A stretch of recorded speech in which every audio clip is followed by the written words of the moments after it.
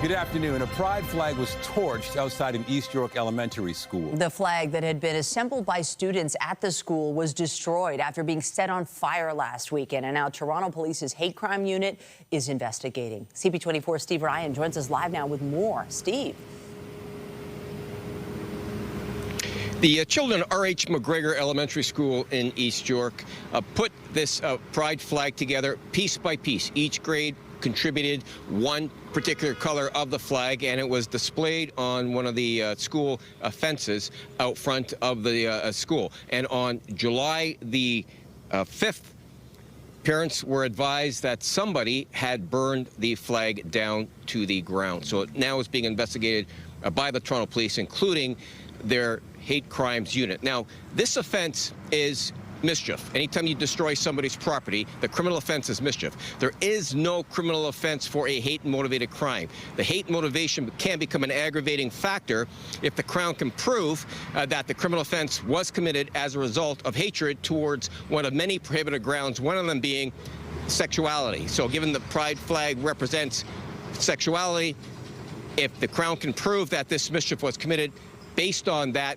hatred, well then the sentence, if convicted, can be that much stiffer. So it is an aggravating factor. It is not a criminal offense in and of itself. Having said that, this is why the Toronto Police Hate Crimes Unit is now conducting this investigation, and they are actively going through this area. There's a lot of very good video surveillance around as well, and they are looking for any clues that may help identify who the suspect or suspects are. Now, I did speak with a concerned mom whose children go to the school, and here's some of that interview I had with her.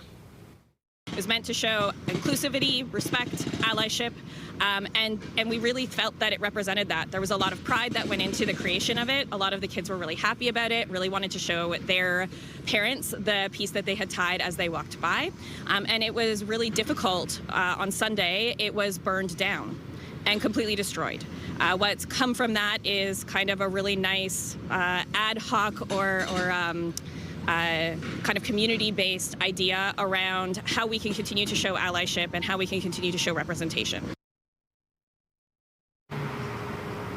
This mom went on to say that she welcomes debate. She welcomes open dialogue for those that may disagree, but she certainly says that putting your hands on somebody else's property and destroying it, specifically if it's on, or especially if it's on a young child's school grounds, is certainly unacceptable.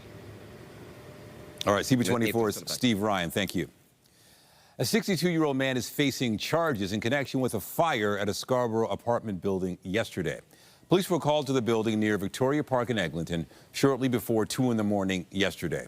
There was a fire on the 9th floor, which led to the building being evacuated. 2 people were taken to hospital with non-life-threatening injuries. 62-year-old Herbert Ward of no fixed address has been charged with arson and 3 counts of disobeying a court order in connection with the fire. Peel police are investigating after a body was found following a shed fire in Brampton. Emergency crews called to a home on Aloma Crescent near Steeles and Bramalea around 3:45 yesterday afternoon for reports that a shed was on fire. Then they found a man's body inside the shed after the fire was extinguished. The fire was knocked down very fast.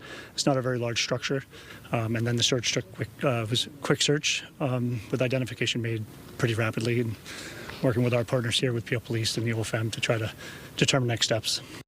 It's too early for us to actually determine that as of yet. So what will happen is the remains will be taken for the purposes of a postmortem examination to determine cause of death, and those results will be returned to us to determine if there's any criminality. Police have not yet identified the man. A Brampton man convicted in the U.S. of running a cross-border drug trafficking operation has been sentenced to 20 years in prison. Earlier this year, 63-year-old Gurumrit Sidhu pleaded guilty to leading a drug ring from 2020 to 2023. A California court heard more than 500 kilos of meth and nearly 350 kilos of cocaine were brought into Canada from the U.S. Officials say the drugs were worth up to $7 million. Sidhu is the 8th person in the case to plead guilty. The pedestrian pilot project on Church Street has been running since mid-June, but the initiative was celebrated with a ribbon-cutting ceremony this morning. Despite the celebration, there are some concerns about the cost of the project for the city. CTV's Beth McDonnell has been following this story and joins us live with more. Beth. Nathan, we're taking the temperature today on the Church Street pedestrian pilot project, and so far area residents we're speaking with really are enjoying it, and it seems to be popular. Today there was that ribbon cutting ceremony with the city councillor, and this project closes church from Wellesley to Alexander and between June 19th and August 21st.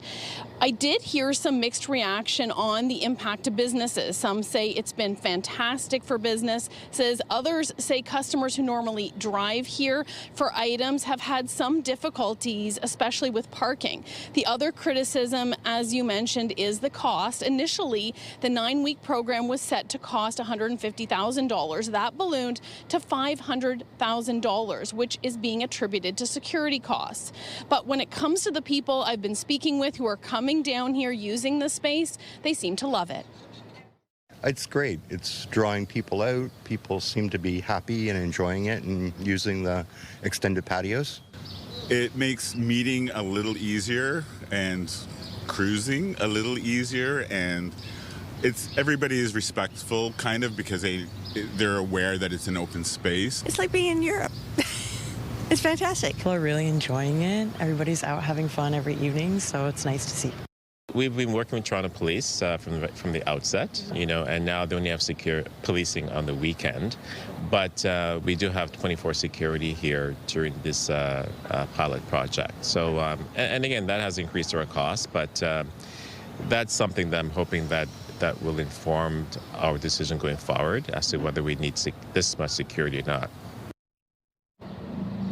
Several people actually told me they'd like to see the pilot project extended into September.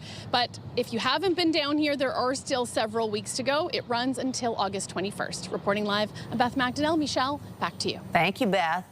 Gas prices have risen roughly 5 cents a litre amid the renewed violence in the Middle East. The increase means the price of gas at most GTA stations has risen to around $1.70 a litre.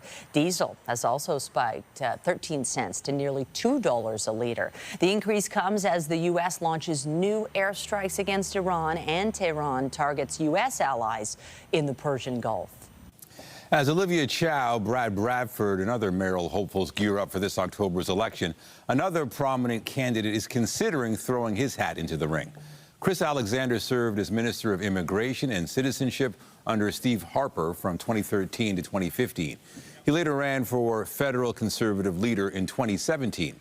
Alexander's seat in Parliament was Ajax Pickering, but he tells CTV News he grew up in the city and has been living here full-time since 2022.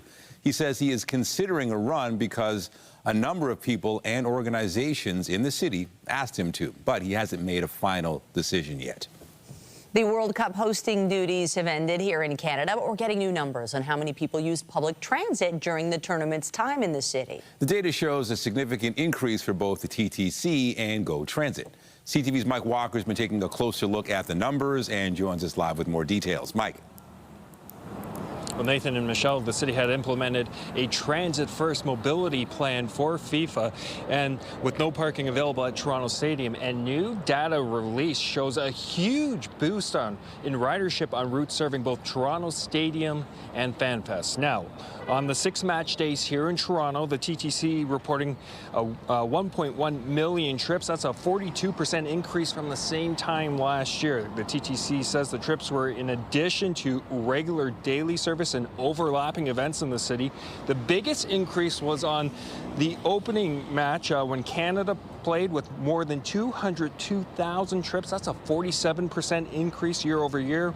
Metrolinx also reporting ridership on GO Transit, and the Up Express was close to 180,000 passengers on match days. It says the increase was 51% higher than the average Blue Jays World Series game last year. Here's more from the TTC and the mayor on the ridership numbers. It was really a lot of planning, and so this has been going on for months, if not years, in terms of planning. And so on the surface, quite literally, obviously, was putting more trains and buses, and so adding, surface transit on Dufferin, on Bathurst, on King Street, on Queens Quay was really critical to this. But just as important was all the pre-work that was done, and so we were testing our systems, testing our infrastructure. We did actually, live field tests with people and mechanics and response teams. It was fabulous. So many people took public transit, whether it's TTC, Metrolink. The traffic flow when 40,000 people plus the 20,000 that's coming out of FanFest as they are leaving that whole area. It was smooth, and people had a very smooth way of leaving that whole area. We'll be getting reaction this afternoon from transit advocates. The TTC says more data will be released when the FIFA World Cup is over. Reporting live, I'm Mike Walker. Nathan, back to you. Thank you, Mike. Still to come, FIFA Fan Fest at Fort York is back today. There'll be a watch party this afternoon for the Spain-Belgium match. We'll have those details a little later in the newscast. The city has opened new purpose-built pickleball courts at Main Sewage Treatment Playground near Eastern Avenue and Coxwell Ave. Yeah. Got it. Good for Mayor Olivia Chow hit the court for the first match to be played. The 25,000 square foot facility features wheelchair accessible courts as well as a new shade structure and bleacher seating. This park, it stands out. The name stands out. Main Sewage Treatment Playground. Yes, interesting names of any city park. But now it has the distinction of being one of Toronto's largest pickleball facilities. 11 dedicated pickleball courts, free and open for you to come and play. And if you look at this map, you see that it is the centerpiece of the major city-wide investment in the sports. We now have more than 300 public pickleball courts. In addition to the pickleball courts, the park also features 2 basketball courts, a baseball diamond, and a rugby field. We have more news in a moment, but first a look at the forecast. There's a live shot at Nathan Phillips Square. Another watch party expected later this afternoon. If you're heading outside, a hat, a sunglasses, sunblock, to say the least, will be required.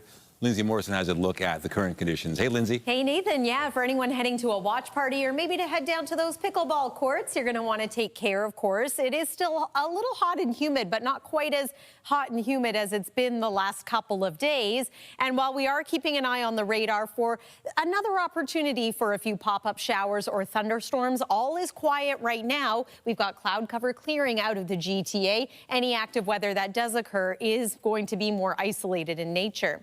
Winds out of the east today, fairly light once again. At this hour, 25 degrees feels more like 33. So yeah, not completely, it's not humid, but it's not as bad as it was. 27 degrees, expected to feel like 32 for the afternoon. Mix of sun and cloud in the forecast. 30% chance of showers for us. And coming up, we're going to take you through the weekend forecast and talk about potentially a heat wave next week. That's all ahead. Michelle, over to you for now. Thank you, Lindsay. No major delays have been reported at Montreal's Trudeau Airport after an Air Canada plane veered off the runway yesterday after landing. The second this plane hit the ground, I knew something wasn't right. We were skidding, and next thing I knew, there was smoke and grass and dirt right next to the window. 156 passengers and 6 crew were on board the flight from Los Angeles. In a statement to CTV News, Air Canada says the Boeing 737 MAX plane landed normally, then experienced a, quote, runway excursion and came to a stop in the grass. No injuries have been reported. Air Canada says the plane will undergo a full inspection. The American ambassador to Canada says provincial premiers bear some of the blame for the rocky relations between the two countries. CTV's Rob Buffum has more on Pete Hoekstra's recent interview with CTV. Both sides of the border. As it has done. U.S. Ambassador to Canada Pete Hoekstra told CTV's Your Morning Vancouver Canadian premiers have contributed to the tension between the two countries. Some of the language that your president has used around the relationship with our country.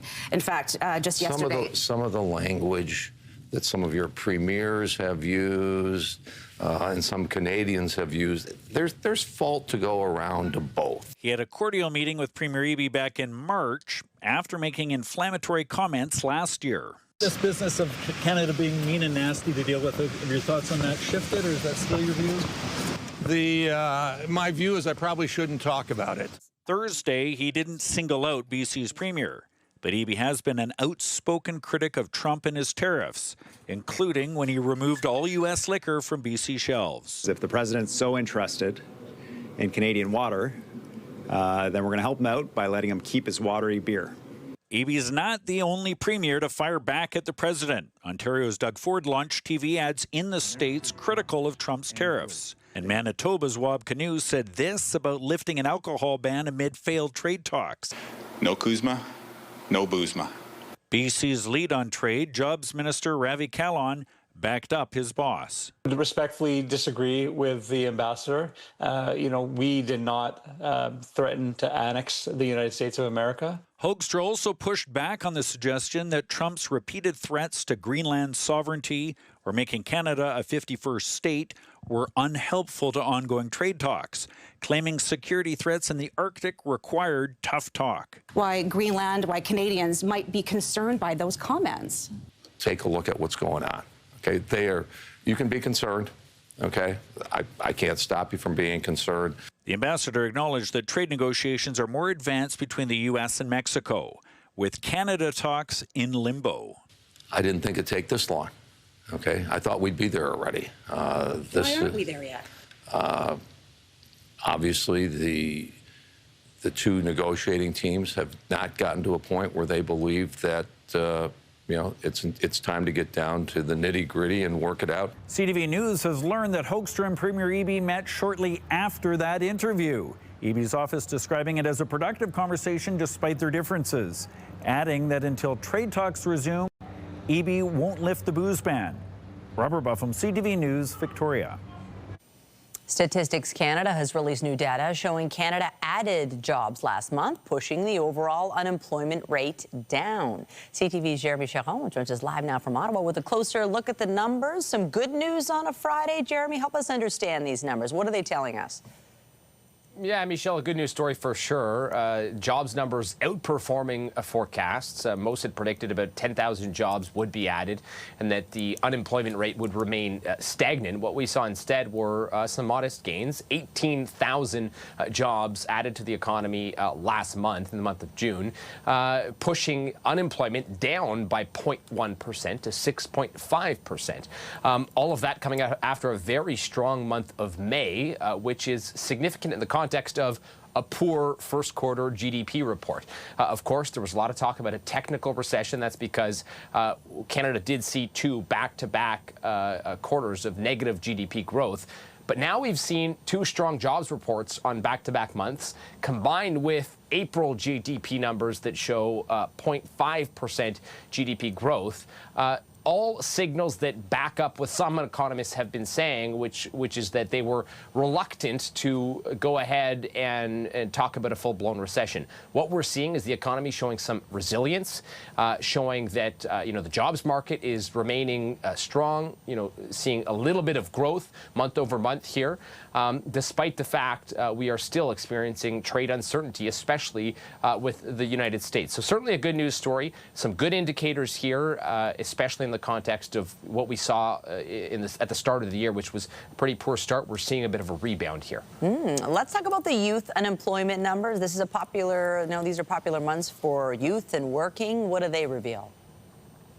Yeah, summertime. A lot of people are watching very closely the youth summer jobs numbers, especially this year, because last year was so bad. Last year, we saw one of the worst summers for student jobs in almost a decade. And so last month, or in the previous StatsCan jobs report for May, we started to see a downward turn in unemployment. So a good sign.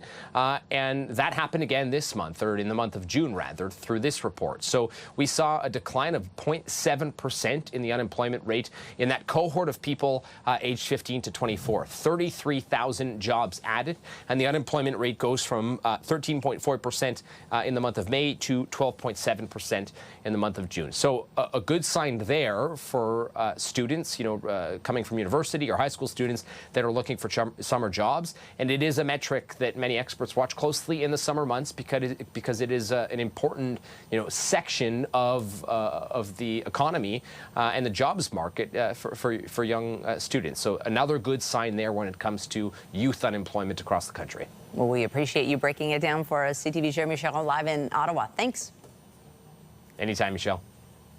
In Washington, U.S. President Donald Trump has issued new powers granted to him by the Supreme Court to fire key election officials.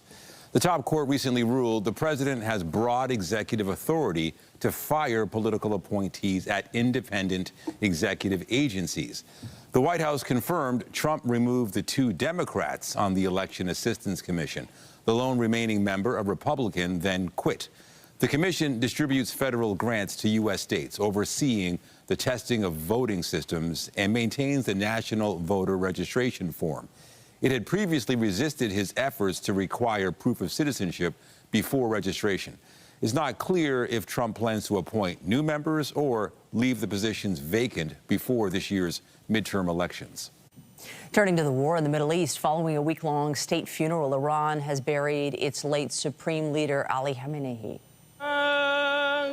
Allahu Akbar. Final prayers were delivered today with Khamenei's 3 sons attending the funeral. The 86-year-old was killed by U.S. and Israeli airstrikes in February, ending his 37-year reign as Iran's supreme leader. Meanwhile, there has been a pause in the fighting between the U.S. and Iran as negotiators try to restart talks. Prime Minister Mark Carney said to arrive back in Ottawa this afternoon after his trip overseas for the NATO Leaders Summit and his visit to Saudi Arabia. The PM met with Crown Prince and Saudi PM Mohammed bin Salman, and several agreements were signed between the 2 countries, including a critical minerals partnership. Both Carney and Foreign Affairs Minister Anita Anand say they did raise concerns about human rights with their counterparts in private. Carney said he felt that lecturing countries from afar was an ineffective strategy. CTV News political commentator Scott Reed says the PM is recalibrating Canada's message to other countries amid the trade war with the U.S. So suddenly we're having to open up much more with China. We're dealing with India. We are dealing with Saudi Arabia. We're not necessarily going to like all the partners. We're not necessarily going to share values with all those partners, but economic necessity and the overweening desire to diversify our trade and our economic relationships is driving that. And of course, in this specific case, the other issue is we need to have engagement in the region, given what's happening with Iran. Prime Minister Carney didn't share details on any discussions he might have had with Donald Trump on trade at the NATO summit. Turning to the FIFA World Cup, France became the first team to make it to the tournament semifinals after knocking out Morocco yesterday afternoon.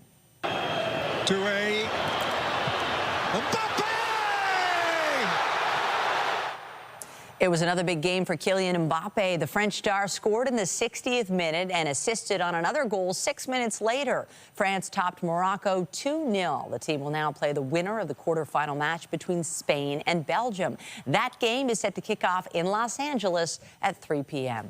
And tomorrow, there are 2 matches for fans to take in. England will take on Norway at 5 p.m. in the first quarterfinal. Then defending champs Argentina will square off with Switzerland at 9 p.m. And fans wanting to take in the games here in Toronto can head to FIFA Fan Fest at Fort York in the Bentway. A watch party will be held this afternoon for the Spain-Belgium match. There will also be watch parties for tomorrow's matches, as well as a free concert featuring Saskatchewan rockers, the Sheepdogs. Lindsay. Well, it's a pretty good-looking weekend forecast, too, I must say. And after that volatile weather yesterday with those thunderstorms, we are keeping an eye on the sky today, too. But any active weather will be much more isolated if it does occur.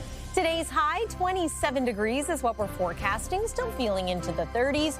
Best chance of active weather today is going to be Hamilton and Southwest, as well as communities northeast of Toronto.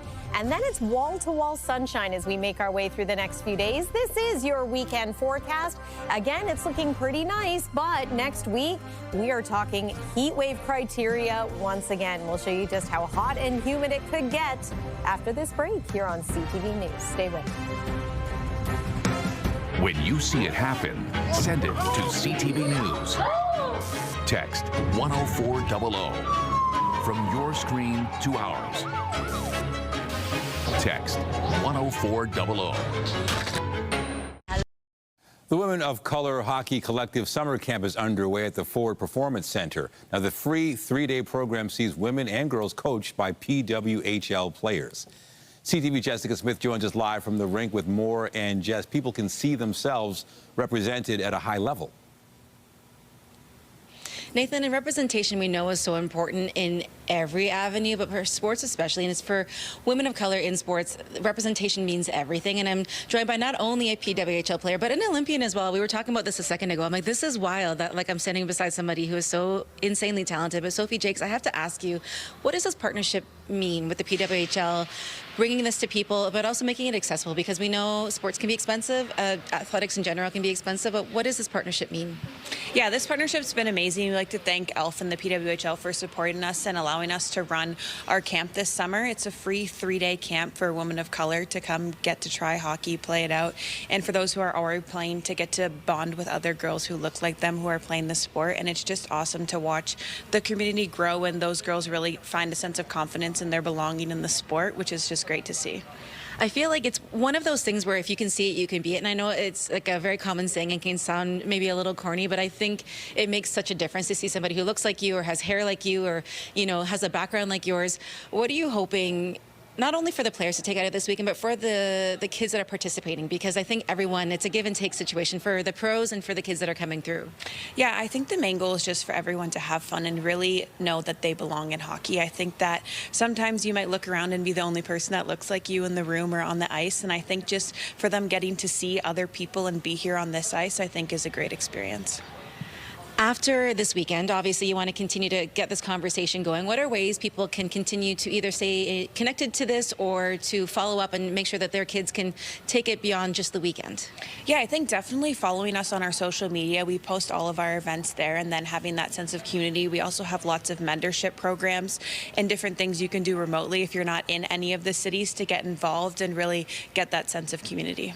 Representation matters. Sophie, thank you so much. We'll have more throughout the afternoon on CP24, but we're going to throw things back inside where we can talk about the weather. It's cool in here, but it's hot outside, so you guys can cover that side of things. We sure will. Hopefully you're enjoying the nice cool air there. Yeah, anything but hockey weather right now. We are in full swing summer, and we have another weekend ahead of us.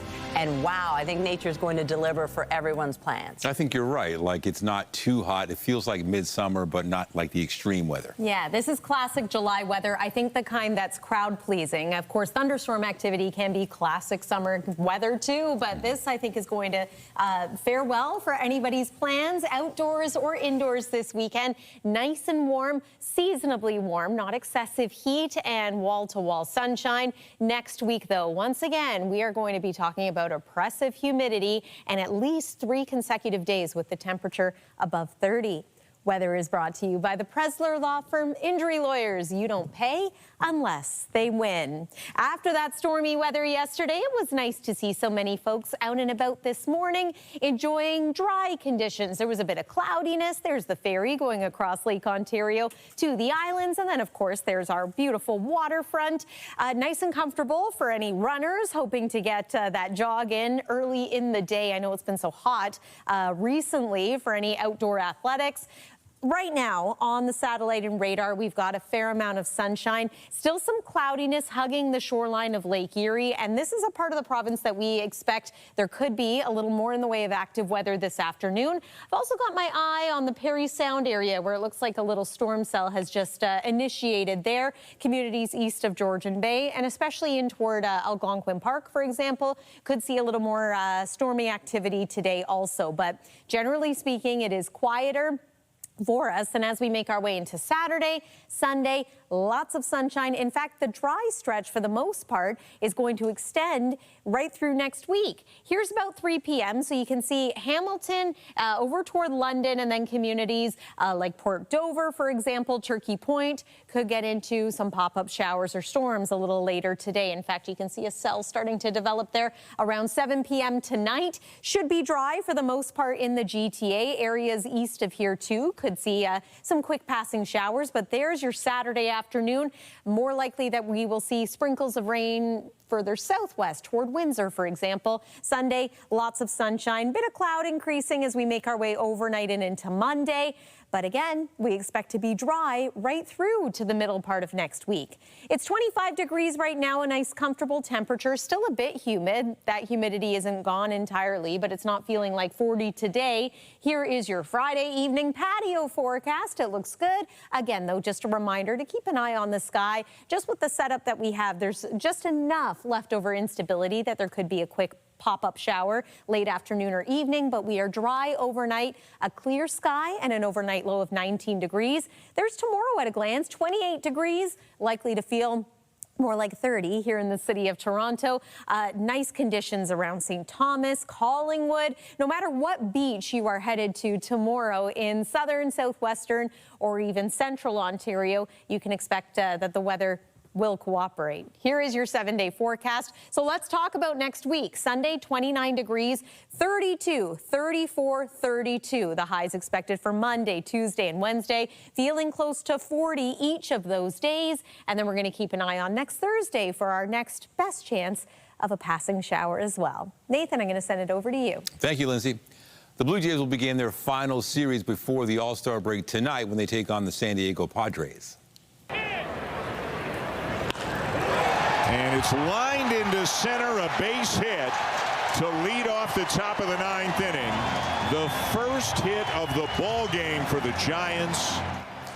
The Jays have won their past 2 games with Dylan Cease nearly throwing a no-hitter in Wednesday's 10-0 win over San Francisco. Shane Bieber will take the mound for Toronto tonight with first pitch against the Padres set for 9:40 in San Diego. The Argonauts will be looking to get back in the win column tonight when they take on the Winnipeg Blue Bombers. Vernon with pressure, rolls to his right, pumps, takes off, uses the legs, nobody's looking at him, and Vernon Adams Jr. will score! Toronto was crushed by the Calgary Stampeders in their last game, losing 58-36. Kickoff for tonight's game against the Blue Bombers set for 8:30 in Winnipeg. The Tempo are heading to Montreal to face the Dallas Wings in their Across Canada series. Nurse, catch and shoot, got it! You knew that was going in. Kia Nurse. The team's coming off an 83-75 loss to Golden State on Wednesday. The Tempo and Wings last played on Sunday, with the Wings coming out on top 89-76. Tonight's game, which could set a WNBA attendance record, is set for 7:30 at the Bell Centre in Montreal. An Ontario wrestler is set to represent Canada on the international stage later this month. CTV's Colton Weens has more on the high schooler who is trying to be one of the best in the country. Discipline, dedication, and drive defines Jude Garucho's commitment to wrestling. His work ethic, definitely. He pushes the pace of everything. It doesn't matter what's going on. He's here at practice every day training hard. The 16-year-old from Kitchener trains at least 3 hours a day, and it's quickly paying off. It pushes me to be a better person. I feel like once you get good at wrestling, everything in life comes easier. Garucho is the under-17 double Canadian national champion in the 45-kilogram weight division. He will represent Canada at the U17 United World Wrestling Championships in Azerbaijan at the end of July, followed by a trip to Hong Kong for a camp and tournament. I'm expecting to make a statement, and I'll just try my best. Oh, excited, anxious, nervous, and mixed. It really is a special thing to be able to go to one of these trips. The high schooler also competes on the Resurrection Catholic Secondary School team, but has only been wrestling for 2 years. He'll be competing against athletes who've wrestled all their lives, but coaches believe he can win some matches at Worlds. No one really gets to go to Worlds within 2 years, so it's pretty cool. He's very soft-spoken, but he kicks ass on the mats. Originally in Air Cadets, he played other sports as well, but wanted to find something with weight classes. He tried MMA, but the mom said, nope, no way. They made a compromise. if he's going to graduate with honors, then we'll enroll him in MMA. So fortunately, he graduated with honors. Olympus Martial Arts Academy encouraged him to try wrestling, and now he's one of the best in Canada. While Garucho will go to Worlds, he does need at least $12,000 to fund the whole trip. We just really want to raise money for him and raise some awareness to the public here in town. And if you want to help with the fundraising for his trip to Worlds, they're holding a breakfast fundraiser on Saturday, July 18th at St. Mark's Catholic Church. Colton Ween, CTV News, Kitchener. Still to come, health officials are monitoring for a parasite which has appeared in Michigan but has yet to make its way north of the border. We'll have those details when we come back.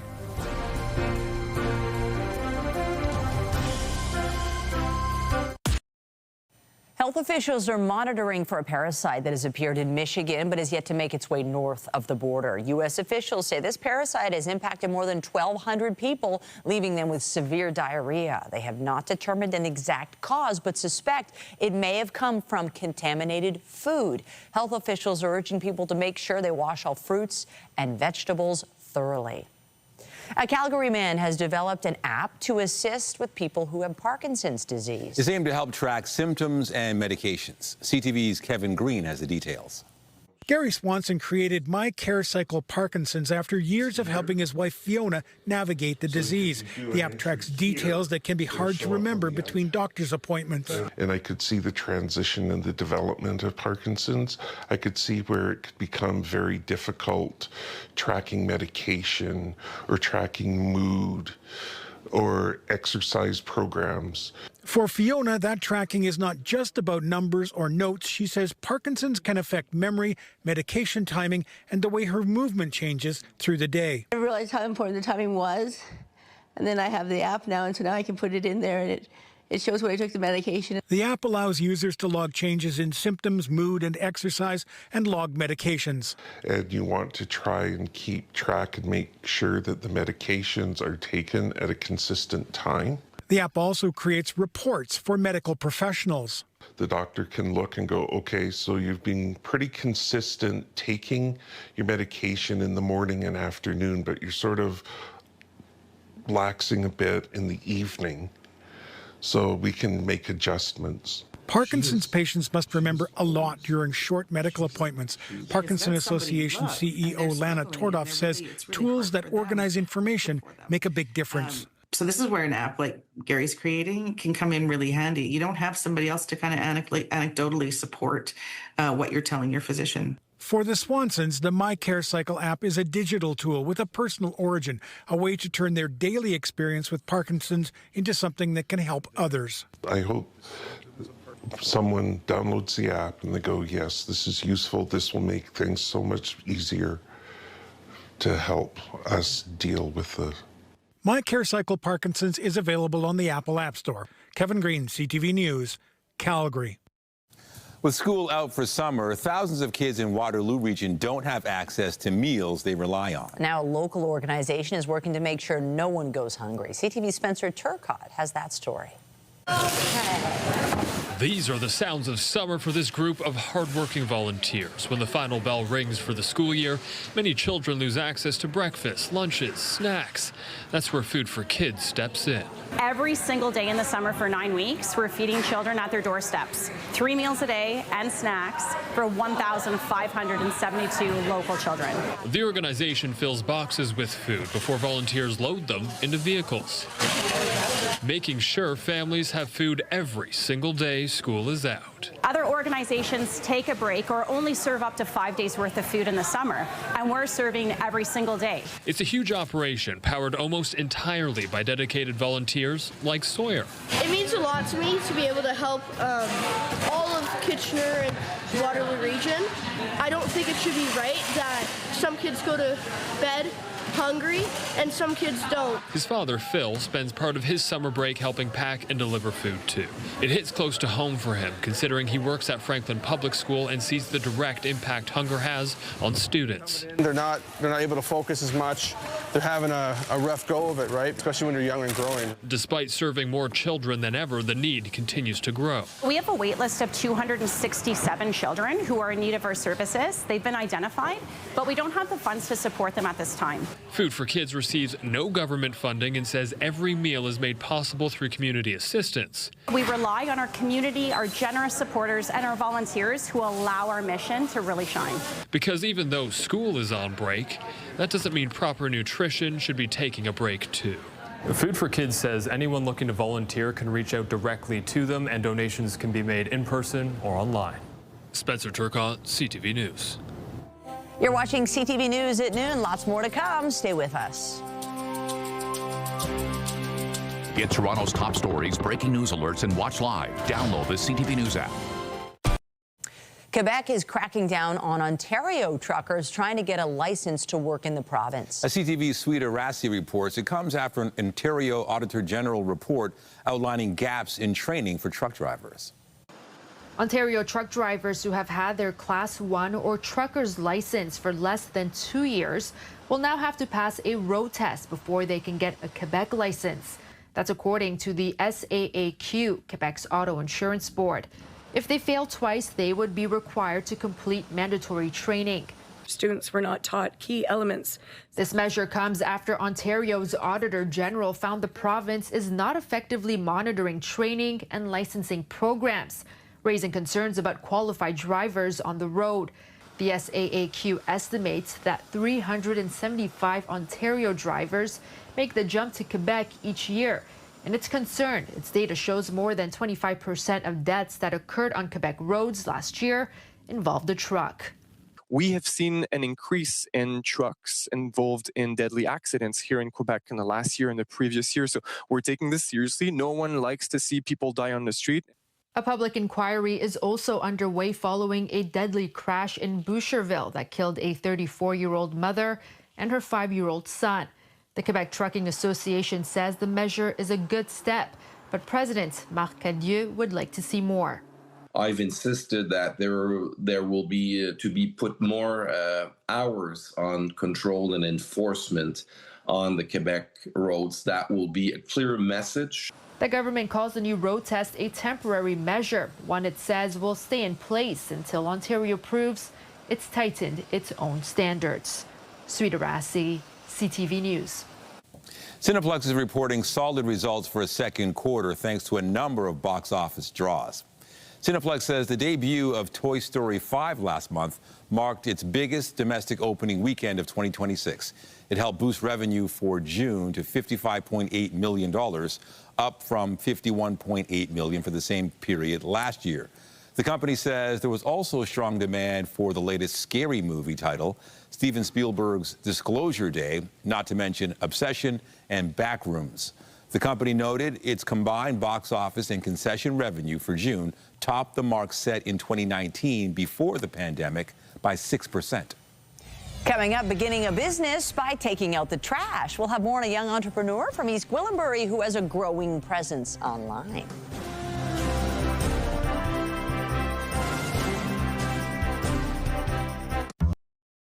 A young entrepreneur from East Gwillimbury is proving that one person's trash is another's burgeoning business. $10 for all your bins. All of them? Yep. That's a good summer job. Yeah, it is. Yeah, I'm doing this all summer. You're a fine young lad. Thank you.